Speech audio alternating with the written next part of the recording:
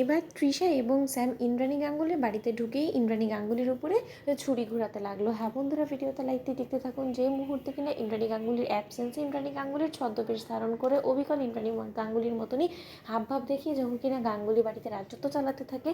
তৃষা এবং স্যাম যখন বলতে থাকে, জানিস তো বোন, তোকে দেখে না হুবহু মনে হচ্ছে যে তুই ইন্দ্রাণী গাঙ্গুলির ছায়া। ইন্দ্রাণী গাঙ্গুলি বারবার করে বলতো না যে যেই হবে গাঙ্গুলি বাড়ির বড় বউ, যেই হবে আয়ুষের স্ত্রী, তাকে রীতিমতো ইন্দ্রাণী গাঙ্গুলির মতন হুবহু হতে হবে,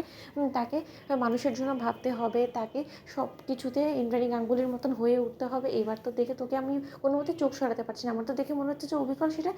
তুই বসে আছিস ইন্দ্রাণী গাঙ্গুলির রূপ ধারণ করে। ঠিক সেই সময় এই কথা বলা মাত্র ইন্দ্রাণী গাঙ্গুলি যখন বলতে থাকে যে কী ব্যাপার, এখানে সমস্ত লোকেরা জড়ো হয়ে মাথা নত করে কার কথা শুনছো, কী এমন আদেশ দিচ্ছে বলো তো তোমাদেরকে। ঠিক সেই সময় এই কথা বলা মাত্র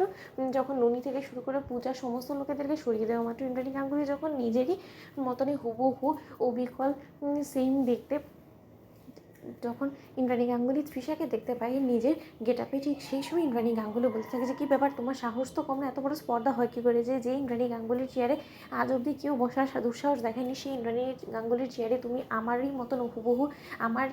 শাড়ি, আমার গয়নাগাটি সমস্ত কিছু পরে তুমি এখানে বসে রয়েছো, এবং তার থেকেও বড় কথা, তুমি তো এই বিষয়ে একবার আমার পারমিশন নেওয়ার চেষ্টা করো, এবং তুমি কি, তোমাকেই তো আমি চিনি না। ঠিক সেই সময় কথা বলা মাত্র ইন্দ্রাণী গাঙ্গুলি যখন কিনা তৃষাকে নিজের সিংহাসন থেকে তুলে নিতে নেয়, ঠিক সেই সময় স্যাম চেপে ধরে ইন্দ্রাণী গাঙ্গুলির হাত এবং বলতে থাকে যে এই ইন্দ্রাণী গাঙ্গুলি, তোমার এত বড় দুঃসাহস হয় কী করে যে আমার বোন কিছু একটা মন থেকে করার চেষ্টা করেছে, আমার বোন এত আগ্রহ করে তোমার চেয়ারে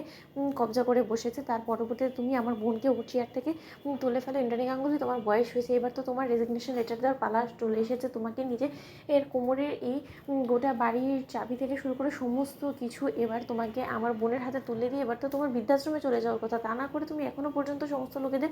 এর মন থেকে শুরু করে বাড়ির মধ্যে রাজত্ব চালিয়ে যাবে, এবং সেই সমস্ত কিছু আমার বোনের হয়ে তো অন্তত আমি দেখতে পারবো না, সহ্য করবো না। তার জন্য যা যা প্রস্তুতি নেওয়ার সে সমস্ত কিছু আগেভাগে আমরা নিয়ে ফেলেছি, এবার তুমি শুধু নিজের রেজিগনেশন লেটারটা দিয়ে দাও। ঠিক সেই সময় এই কথা বলা মাত্র ইন্দ্রাণী গাঙ্গুলি যখন বলতে থাকে যে ও বুঝতে পেরেছি, তার মানে এবার আর তোমার বোনের পরিচয় দেওয়ার আমার কাছে কোনো প্রয়োজন নেই তোমার, তার কারণ আমি বেশ ভালো করে বুঝতে পেরেছি ও যখন কিনা তোমারই সাথে নাচছে, তার মানে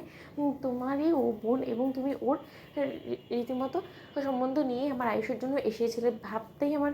অবাক লাগছে এই জিনিসটা, আছে আমার ঠাটি একটা চোর মারা সত্ত্বেও তোমার দাদাকে তুমি এত বড় স্পর্ধা দেখালে কী করেছে, তুমি আমার আলমারিতে হাত দিয়ে আমার জিনিসপত্র ঘাটাঘাটি করেছো, আমার জিনিসপত্র পরে আমারই সামনে দাঁড়িয়েছো, তোমার সাহস বলতে হবে বটে, কিন্তু এর আগে আমি সিকিউরিটি গার্ডটিকে তোমাকে ঘাত ধাক্কা দিয়ে বাড়ি থেকে বার করে দিয়ে তুমি নিজে এখান থেকে কেটে পড়ো। ঠিক সেই সময় তৃষা যখন বলতে থাকে যে আমি যে এখান থেকে চলে যাওয়ার জন্য আসিনি, আমি এখানে রীতিমতো কী করে মাটি কামড়ে পড়ে থাকে আপনি শুধু সেটাই দেখুন, এবার থেকে এই বাড়িতে রাজত্ব চলবে এই তৃষার নাকি ইন্দ্রাণী গাঙ্গুলি। তো বন্ধুরা লাইক এবং শেয়ার করে সাবস্ক্রাইব করতে ভুলো না।